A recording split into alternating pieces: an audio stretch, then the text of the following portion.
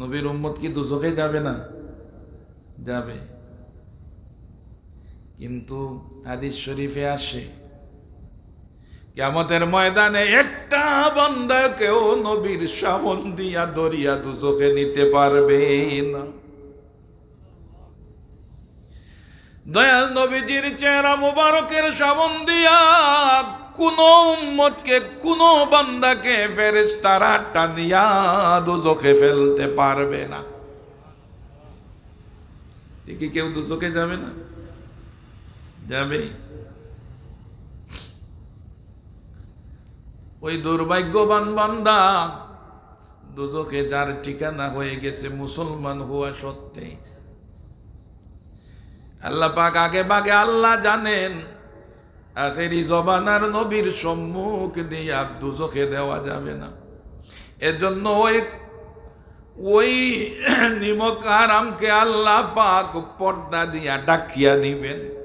নাউজুবিল্লাহ বলবেন না, আগে ভাগে ডাকিয়া নিবেন। আল্লাহ জানেন যত বড় দোষী হোক নবীর সামন দিয়া নিতে পারবেন না। চাতক পাখির মতো দয়াল নবীজি জাফটাইয়া নিয়ে আসবে। শুধু নবীজি না, কিয়ামতের ময়দানে ডাকবেন, আবু বকর কোথায় রে, ওমর কোথায়, উসমান কোথায়, আলী কোথায় রে তোরা?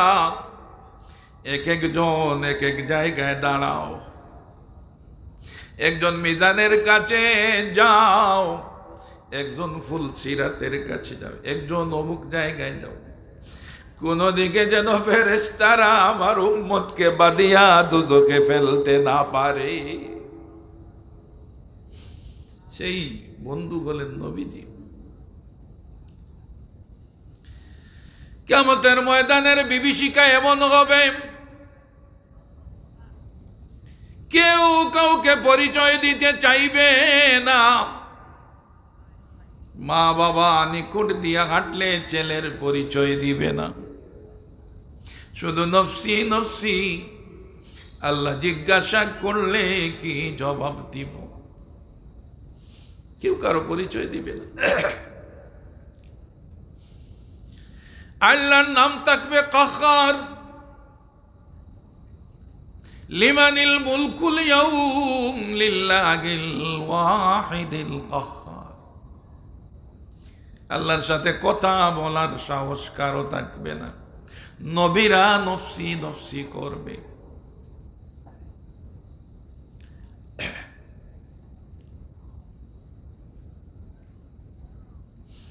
কারো গামতে গামতে কোমর পানি হইয়া যাবে, কারো গলা পানি হইয়া যাবে, কেউ সাঁতার কাটবে, মগজ গলিয়া গলিয়া শরীর বাইয়া বাইয়া পড়বে। এমন অবস্থা হবে কিয়ামতের ময়দানে। কেউ কারো সাথে কথা বলবে না।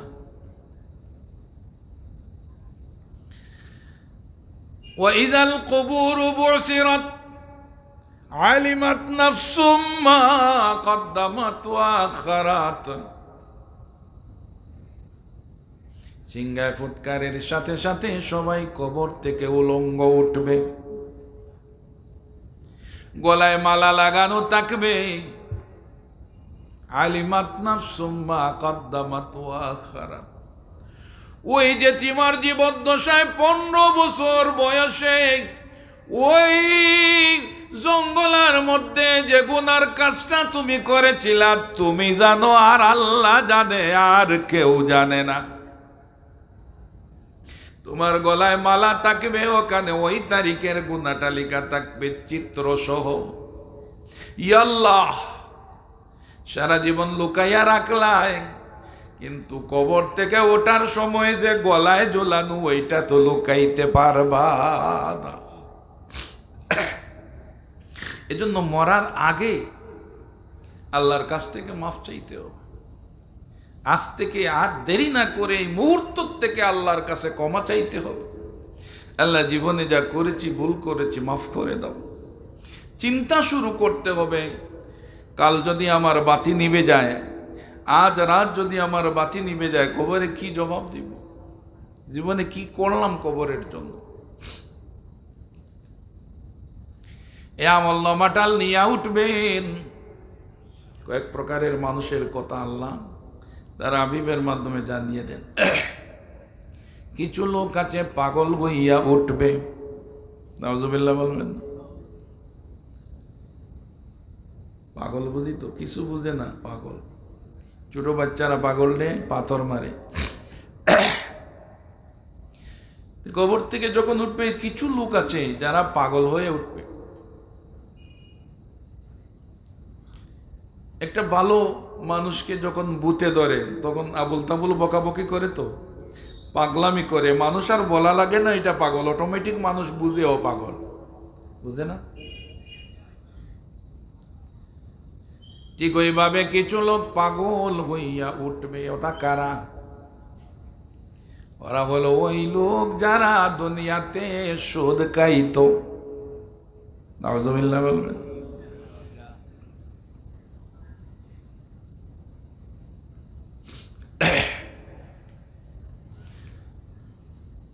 কামা ইয়াকুমুল্লাযী ইয়াতাখাব্বাতুহু শাইতানু মিনাল মাস। মাস মানে স্পর্শ করা। শয়তানে বুতে কোনো মানুষকে মাস স্পর্শ করলে যাবে মানুষ পাগল হইয়া যায়, পাগলামি করে। কোনো সময় জিনজুর দিয়ে বাঁধিয়ে রাখা লাগে। কিয়ামতের ময়দানে সুদখুর যারা, তারা ওই বুতে ধরা পাগলের মতো উঠবে। চিন্তা করছেন কি অবস্থা?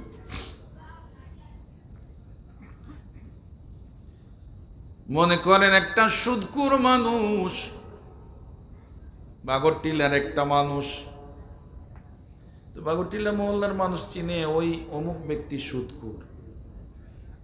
সুদখুরকে গিয়ে মানুষ খুব সম্মান করে নাকি? খুব ঘৃণা করে। সমাজের সবচাইতে ঘৃণা। যার কাছে সুদ দেয় হেও ঘৃণা করে। দেখবেন যারে সুদ দেওয়া হয় হেও আসলে ঘৃণা করে, আপনি বাস্তবে দেখবেন।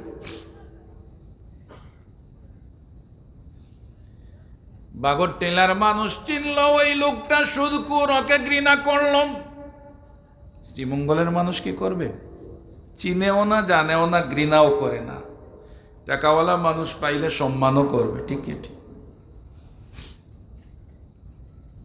কিন্তু ওই লোকটা যখন সুদ খাইয়া খাইয়া জমিন থেকে চলিয়া যাবে, কিয়ামতের ময়দানে পাগল হইয়া উঠবে, তখন তো আর শুধু ওই বাগরটিল্লার মানুষ না, গোটা পৃথিবীর মানুষ কিয়ামতের ময়দানে থাকবে, থাকবে না?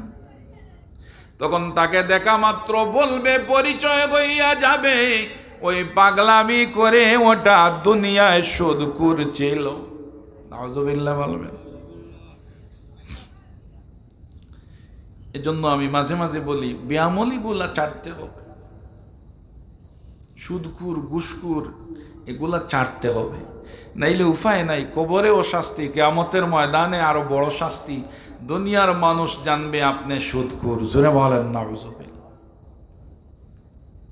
সুদের গুনার পরিমাণ তো আছে, আছে না? ৩৬ বার মার সাথে জিনা করার সমান। জোরে নাউজুবিল্লাহ বলবেন না? ভয় লাগে না? ভয় লাগে না? 1 টাকা সুদ খাইলে ৩৬ বার মাকে বিবাহ করার সমান গুনাহ। কোথায় আছি আমরা? আমাদের সমাজের অধঃপতন যে হইতো না, আসি কোথায়? এজন্য সাবধান, গুনাহ থেকে বাঁচতে হবে। তওবা করতে দেরি করা যাবে না। না যাবে? কালকে কর্ম বলা যাবে? বলা যাবে না, দেরি নাই, সাথে সাথে তওবা করতে হবে। বেশি করে কান্নাকাটি করতে হবে, আর সব সময় দিলকে নরম রাখতে হবে, আর কবরের কথা মনে রাখতে হবে। কবরের কথা মনে কেমনে রাখবেন? কবরে না গেলে মনে হয় কবরের কথা। এই জন্য আমি আমার জমায় বলি, শনিবার, রবিবার, সোমবার, মঙ্গলবার, বুধবার, বৃহস্পতিবার, 6 দিন ব্যস্ত থাকেন। জুমাবারে তো ব্যবসা বাণিজ্য বন্ধ, ঠিক না? জুমাবারে মসজিদে আসবেন, জুমার নামাজ পড়বেন, নিমকারামি না করিয়া যাওয়ার সময় একবার কবরের পাশে গিয়া দাঁড়াইবেন। দাঁড়াইলে কবরের কথা মনে হবে, মরণের কথা মনে হবে।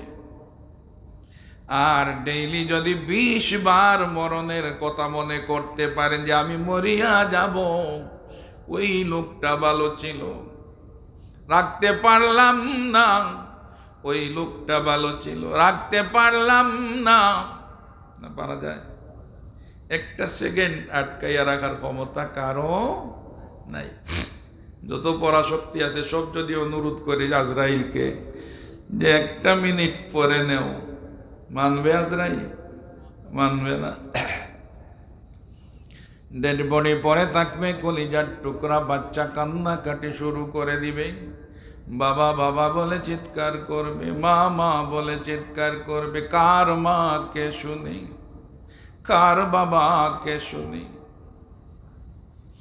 এজন্য আগের থেকে সাবধান হওয়া দরকার, আগের থেকে মৌতের জন্য চিন্তা করা দরকার, ঠিক কি ঠিক? খারাপ অভ্যাস থেকে বাঁচা দরকার, এই মুহূর্তে তওবা করা দরকার। নবীজি বলেছেন আত-তাইবু মিনাজ যামবি কামাল্লা যামবালা। যত বড় গুনাহগার হন না কেন, আত-তাইবু মিনাজ যামবি কামাল্লা যামবালা। যখন বান্দা রাতের নিশিবেলা কান্দে আর তওবা করে আর বলে আল্লাহ আর জীবনে করব না, যা করেছি আমি তো জানি, কেউ জানুক বা না জানুক, আমার জীবনে আমি যা করেছি অন্তত আমি জানি, আমার আল্লাহ জানেন, ঠিক ঠিক। যদি বলে আল্লাহ মাফ করিয়া দেও আর তওবা করে আর কান্দে, নবীজি বলেন এমন ভাবে মাফ হইয়া যায় কামাল্লা জামবালা, যেমন জীবনে গুনাহ করেছিল এমন দাগ, এমন কোন চিহ্ন পর্যন্ত আমল নামায় থাকে না, আল্লাহ এমন ভাবে মিটাইয়া দে। এই জন্য বেশি করে তওবা করবেন, কান্নাকাটি করবেন। আমি শেষ করতে যাচ্ছি, কি প্রধান অতিথি আসছেন, 2 ঘন্টার উপরে কথা বলি না আমি। আর অসুস্থ মানুষ, ডায়াবেটিসের রোগী, উনি কি আসেন নাই? সাল্লাল্লাহু আলা সাইয়্যিদিনা, ইয়া আল্লাহ, 2 ঘন্টা 5-7 মিনিট হয়ে গেছে তো। সাল্লাল্লাহু আলা, পারি না তো, ডায়াবেটিস বেশি, হাই প্রেশার বেশি, কথা বলতে পারি না, প্রতিদিন করা লাগে থোড়া থোড়া।